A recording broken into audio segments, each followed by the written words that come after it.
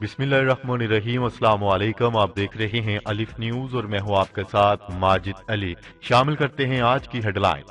ہمالیہ کے متنازع خطے میں چینی اور بھارتی ٹینک آمنے سامنے آ گئے۔ ترک صدر رجب طیب اردوان کا جو بائیڈن انتظامیہ سے اہم مطالبہ سامنے آ گیا۔ پلوامہ حملہ، بھارتی صحافی ارنب گوسوامی کی اہم شخصیت کے ساتھ واٹس ایپ چیٹ لیک۔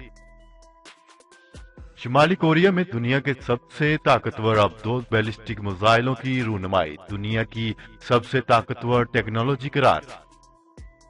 امریکی صدر ڈونلڈ ٹرمپ کا جاتے جاتے اسرائیل کی سیکیورٹی کے لیے اہم فیصلہ۔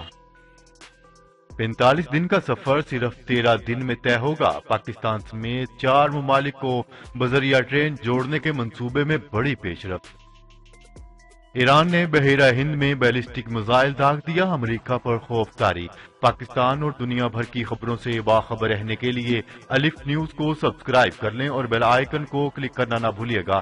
ناظرین، اپنی آرا کا اظہار کمنٹ سیکشن میں لازمی کیجیے گا۔ ہیڈ لائنز آپ نے جانی، اب بڑھتے ہیں خبروں کی تفصیلات کی طرف۔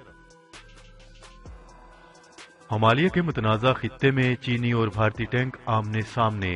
میل آن لائن کے مطابق ایک چینی ملٹری بلاگر کی طرف سے چین اور بھارت کے درمیان ہمالیین خطے کی اس متنازع سرحد کی ایک تصویر پوسٹ کی گئی، جس میں صرف 100 گز کے فاصلے پر بھارتی اور چینی افواج کے خیمے لگے ہوتے ہیں اور دونوں افواج کے ٹینک بھی کھڑے ہوتے ہیں۔ رپورٹ کے مطابق گزشتہ سال اسی متنازع بارڈر پر چینی اور بھارتی افواج میں ڈنڈوں اور پتھروں سے لڑائی ہوئی تھی، جس میں ایک کرنل سمیت 20 بھارتی فوجی ہلاک ہو گئے تھے۔ یہ 1975 کے بعد پہلا واقعہ تھا جس میں دونوں طرف سے کوئی موت ہوئی تھی۔ اس واقعے کے بعد سے دونوں ممالک کی طرف سے اس باڑ پر اپنی افواج کی بڑی تعداد بڑھا دی گئی اور بھاری اسلحہ بھی پہنچا دیا گیا ہے۔ خبر کے اگلے حصے میں بات کرتے ہیں۔ ترک صدر رجب طیب اردوان نے نو منتخب امریکی صدر جو بائیڈن کی انتظامیہ سے F-35 لڑاکا طیاروں کی ترکی کے حوالے کرنے کا مطالبہ کر دیا۔ غیر ملکی خبری ساں ادارے کی رپورٹ کے مطابق ترک صدر رجب طیب اردوان نے نئی امریکی انتظامیہ پر زور دیا ہے کہ وہ ٹرمپ حکومت کی طرف سے ترکی کو F-35 لڑاکا طیاروں کی فراہمی پر عائد پابندی ختم کرے۔ ترک صدر نے مطالبہ کیا ہے کہ نئی امریکی انتظامیہ انقرہ کو طیارے فراہم کرنے کے لیے اقدامات کرے۔ ان کا مزید کہنا تھا کہ ترکی نے F-35 لڑاکا طیاروں کے لیے بڑی رقم ادا کر رکھی ہے، مگر ہمیں یہ جنگی جہاز نہیں دیے گئے۔ امریکہ روسی میزائل دفاعی نظام کی وجہ سے روکے گئے طیارے ترکی کے حوالے کرے۔ واضح رہے، واشنگٹن نے روسی ساختہ ڈیفنس سسٹم S-400 کی خریداری کی وجہ سے 14 دسمبر کو ترکی پر پابندیاں عائد کی تھیں، جس کی وجہ سے ترکی کو دفاعی صنعت میں مشکلات کا سامنا ہے۔ امریکہ نے ترکی کی مرکزی دفاعی آلات تیار کرنے والی کمپنی کے ڈائریکٹر اسماعیل دامیر پر بھی پابندی عائد کر رکھی ہے اور ان کے اثاثے منجمد کر دیے گئے تھے۔ خبر کے اگلے حصے میں بات کرتے ہیں۔ بھارت کی مودی سرکار نے قریبی صحافی ارنب گوسوامی کی ٹی وی ریٹنگ ایجنسی کے سابق CEO پارتھو داس گپتا کے ساتھ واٹس ایپ پر کی جانے والی خفیہ گفتگو لیک ہو گئی، جس میں ہونے والے انکشافات نے بھارت میں ہنگامہ برپا کر دیا۔ پاکستان کا پلوامہ حملے سے متعلق موقف ایک مرتبہ پھر ثابت ہو گیا اور بھارت کو دنیا بھر میں رسوائی کا سامنا کرنا پڑ گیا۔ پلوامہ حملے میں بھارت نے اپنے فوجی مروائے اور الزام پاکستان پر لگایا، جس کی پاکستان نے عالمی سطح پر تردید کرتے ہوئے بھارت کو معاملے کی تحقیقات کی بھی پیشکش کی تھی۔ تفصیلات کے مطابق مودی سرکار کے قریبی صحافی ارنب گوسوامی کو پلوامہ حملے اور بالاکوٹ میں بھارتی دراندازی کا پہلے سے علم تھا اور بالاکوٹ میں دراندازی سے 3 روز قبل بھارتی صحافی نے حملے کے بارے میں بتایا تھا۔ ارنب گوسوامی کی لیک ہونے والی چیٹ کے مطابق اس بار پاکستان سے متعلق کوئی بڑا اقدام اٹھایا جائے، اس بار اسٹرائیک پہلے سے بھی بڑی ہوگی۔ ٹی وی ریٹنگ ایجنسی کے سابق CEO پارتھو داس نے ارنب گوسوامی کو آگے سے جواب دیتے ہوئے کہا کہ پھر وہ الیکشن میں کلین سویپ کر جائے گا۔ ارنب گوسوامی اور پارتھو داس گپتا کے درمیان واٹس ایپ پر ہونے والی اس بات چیت کو ممبئی پولیس کی جانب سے چارج شیٹ کا حصہ بنایا گیا۔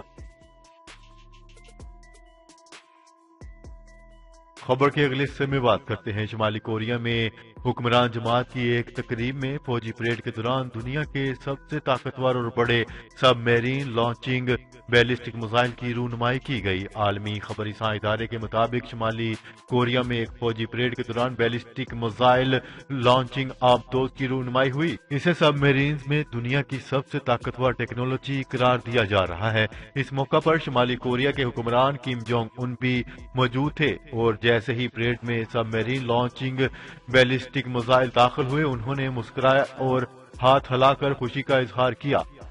سخت گیر میڈیا پالیسی رکھنے والے شمالی کوریا کی زیادہ تر خبروں کے لیے سرکاری میڈیا پر ہی انحصار کرنا ہوتا ہے۔ کیا رہے گی ماہرین کی رائے ہے کہ سب میرین لانچنگ بیلسٹک میزائل کی رینج بہت زیادہ ہے اور یہ جزیرہ نما کوریا سے آگے بھی اور کم سے کم جاپان تک اپنے اہداف کو نشانہ بنا سکتی ہے۔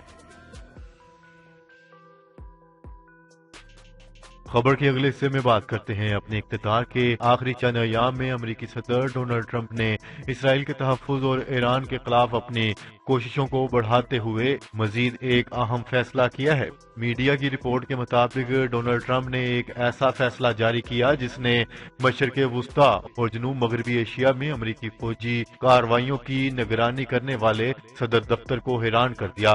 صدر ڈونلڈ ٹرمپ نے امریکی سینٹرل کمانڈ کو اسرائیل کو ان ممالک کی فہرست میں شامل کرنے کا حکم دیا تھا جو مشرق وسطیٰ اور ایشیا میں فوجی کارروائیوں کی قیادت کی صلاحیت رکھتے ہیں۔ یہ اعلان اسرائیل کے بحرین، متحدہ عرب امارات، سوڈان اور مراکش کے ساتھ تعلقات معمول پر لانے کے اعلان کے ضمن میں ہوا۔ اس اعلان کے بعد اسرائیل امریکی سینٹرل کمانڈ نگرانی میں شامل 21واں ملک بن جائے گا اور ایران کے خلاف مناسب اتحاد میں خطے کے ممالک کے ساتھ تیزی سے تعاون کرے گا۔ خبر کے اگلے حصے میں بات کرتے ہیں 45 دن کا سفر صرف 13 دن میں طے ہوگا۔ پاکستان سمیت 4 ممالک کو بذریعہ ریل جوڑنے کے منصوبے میں بڑی پیش رفت۔ تفصیلات کے مطابق پاکستان کو خطے کے ممالک کے ذریعے بذریعہ ریلوے لائن جوڑنے اور اتحادی سرگرمیوں میں اضافے کے منصوبے کے سلسلے میں بڑی پیش رفت ہونے کی اطلاعات ہیں۔ بتایا جا رہا ہے کہ ابتدائی طور پر پاکستان، ایران اور ترکی کے درمیان ریلوے ٹریک کے ذریعے کارگو ٹرین کی آمد و رفت شروع کرنے کے منصوبے میں اب چین کو بھی شامل کر لیا گیا ہے۔ ذرائع کے مطابق ترکی سے پاکستان براستہ ایران کارگو ٹرین چین تک لے جانے کا منصوبے پر سنجیدگی سے غور کیا جا رہا ہے۔ اس منصوبے کو آپریشنل کرنے کے لیے بھاری سرمایہ کاری درکار ہے جو چین فراہم کرنے کے لیے تیار ہے۔ خبر کے اگلے اور آخری حصے میں بات کرتے ہیں ایران نے بحیرہ ہند میں بیلسٹک میزائل داغ دیے۔ سمندری حدود میں امریکی طیارہ بردار بحری جنگی جہاز بھی موجود تھا۔ امریکی خبری سائنس ادارے کی جانب سے فراہم کردہ تفصیلات کے مطابق ایران کی جانب سے بیلسٹک میزائل سے ہدف کو نشانہ بنانے کی مشق کی گئی۔ بحیرہ ہند میں ہدف کو نشانہ بنانے کے لیے داغے گئے بیلسٹک میزائل امریکی طیارہ بردار جہاز سے 160 کلومیٹر دور گرے۔ بتایا جا رہا ہے کہ ایران کے اس اقدام سے خطے میں کشیدگی میں اضافہ ہو سکتا ہے۔ ایران نے یہ اقدام ایسے وقت میں اٹھایا جب کچھ عرصے قبل ہی امریکی طیارہ بردار جنگی بحری جہاز ایران کے قریب سے بحیرہ ہرمز میں گزرا تھا۔ جی تو ناظرین آج کے لیے اتنا ہی۔ مزید خبریں لے کر بہت جلد آپ کی خدمت میں حاضر ہوں گے۔ تب تک کے لیے اپنا خیال رکھیے گا۔ اللہ نگہبان۔ پاکستان زندہ باد، پاکستان آرمی پائندہ باد۔